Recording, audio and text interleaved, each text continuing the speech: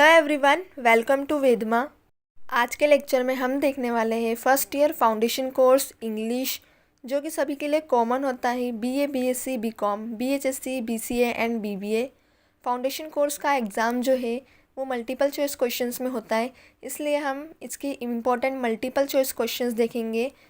Foundation course English में सबसे पहला चैप्टर जो है वो आपका where the mind is without fear by Rabindranath Tagore. तो सबसे पहले इस चैप्टर के इम्पॉर्टेंट मल्टीपल चॉइस क्वेश्चंस देखेंगे। जैसा कि ये इंग्लिश में है, काफ़ी बच्चों का हिंदी मीडियम होता है तो उन्हें समझने में थोड़ी प्रॉब्लम हो सकती है, लेकिन कोई नहीं, हम अच्छे से हिंदी में भी समझेंगे इसको, पूरे क्वेश्चंस को।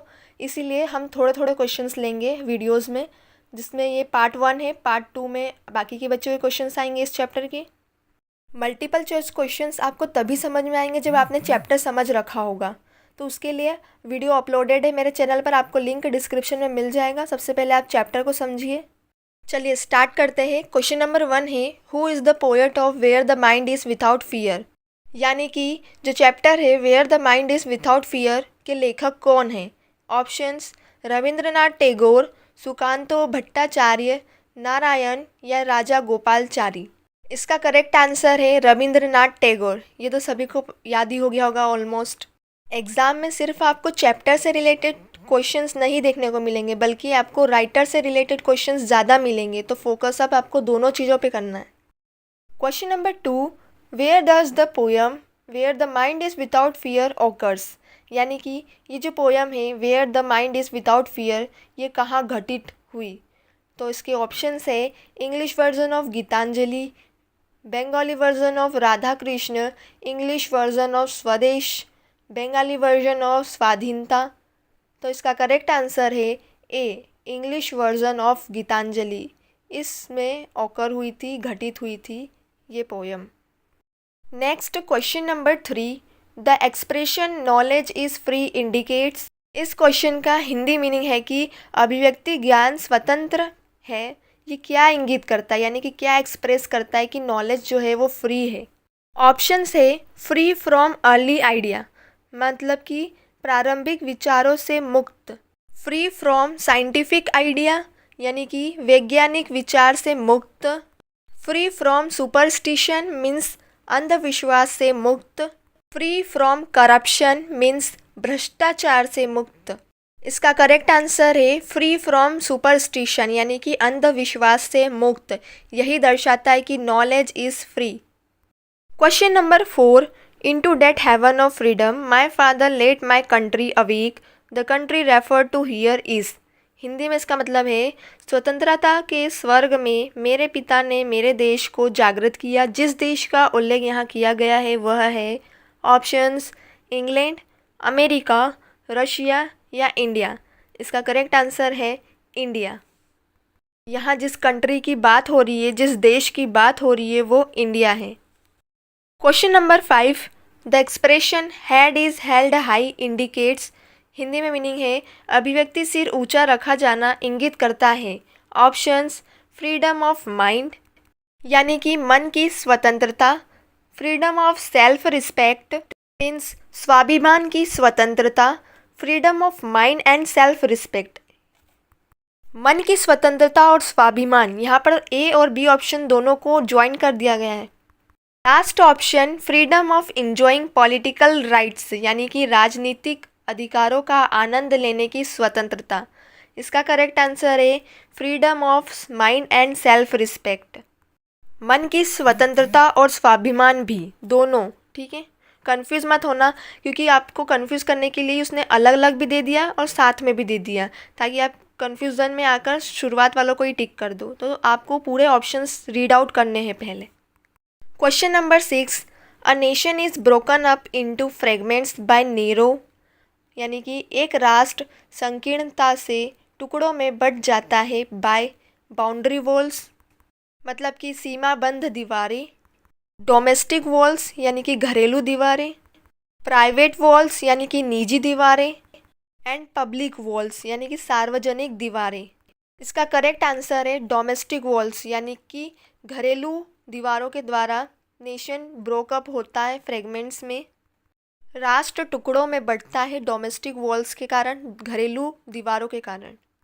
Question number 7, domestic walls are raised because of men's, यानी कि घर की दीवारें आदमी की वजह से ऊंची होती है थ्रू ऑप्शंस सेल्फिशनेस, मतलब कि स्वार्थीपन से, नेरोनेस यानी कि संकीर्णता से, ब्रॉडनेस यानी कि चौड़ाई, लास्ट ऑप्शन है सेल्फिशनेस एंड नेरोनेस।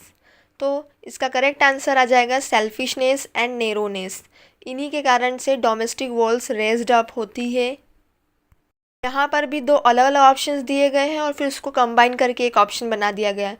आप नोटिस कर रहे होंगे जो कंबाइंड ऑप्शन है वो हमेशा लास्ट में रहता है, क्योंकि बच्चे क्या करते हैं स्टार्टिंग में ही देख लेते हैं कि अच्छा ये है और यहाँ टिक कर दिया, लास्ट के ऑप्शन पे ज़्यादा ध्यान नहीं देते। लेकिन आपको सारे ऑप्शंस को बार बार पढ़ना है, ठीक है, अच्छे से, ये मैं बार बार बोल रही हूँ।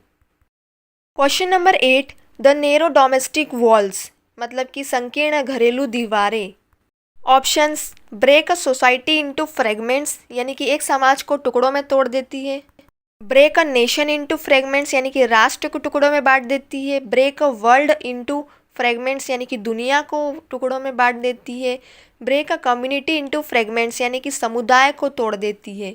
तो इसका जो करेक्ट आंसर है वो है break a nation into fragments, यानी कि राष्ट्र को टुकड़ों में बांट देती है डोमेस्टिक वॉल्स, घरेलू दीवारें। Question number 9, the poet wants the words to come from, कवि चाहता है कि शब्द कहाँ से आए। Options the depth of spirit, आत्मा की गहराई से। द डेप्थ ऑफ साइकोलॉजी, मनोविज्ञान की गहराई से।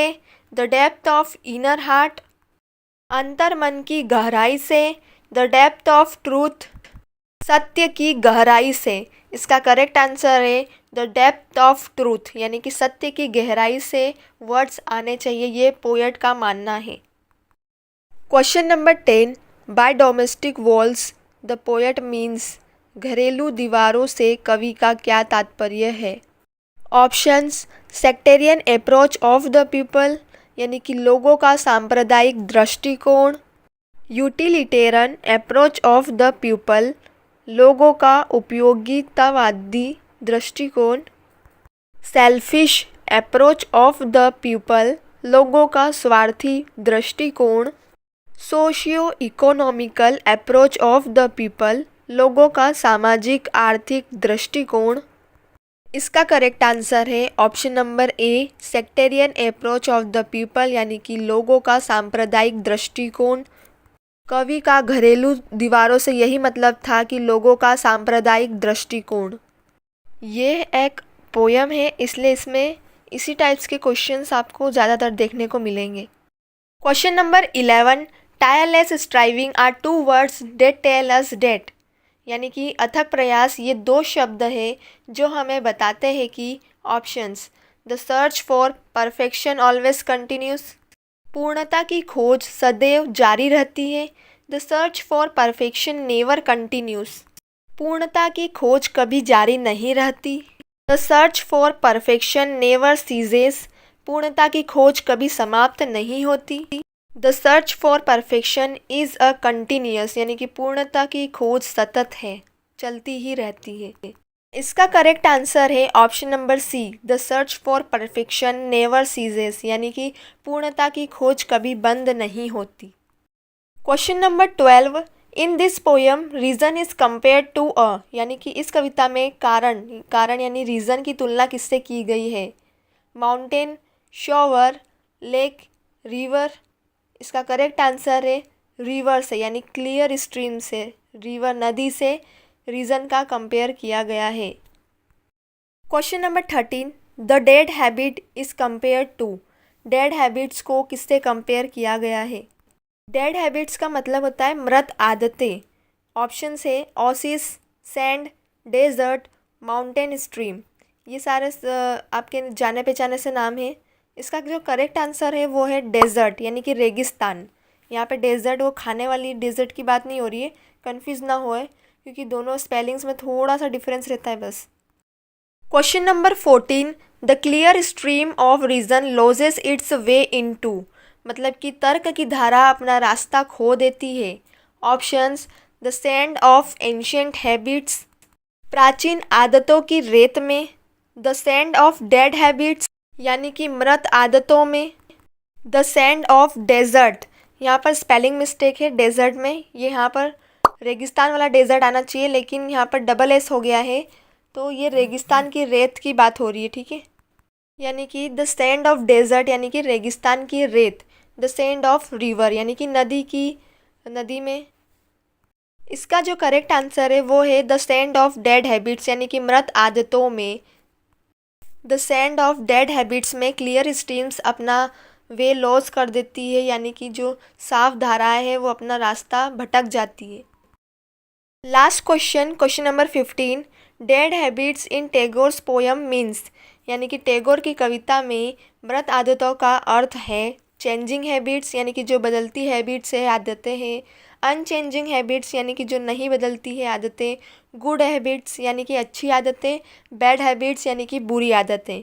इसका जो करेक्ट आंसर है वो है अनचेंजिंग हैबिट्स, जो बदलती नहीं आदतें उनको डेड हैबिट्स से कंपेयर किया गया है यानी कि मृत आदतों से कंपेयर किया गया है।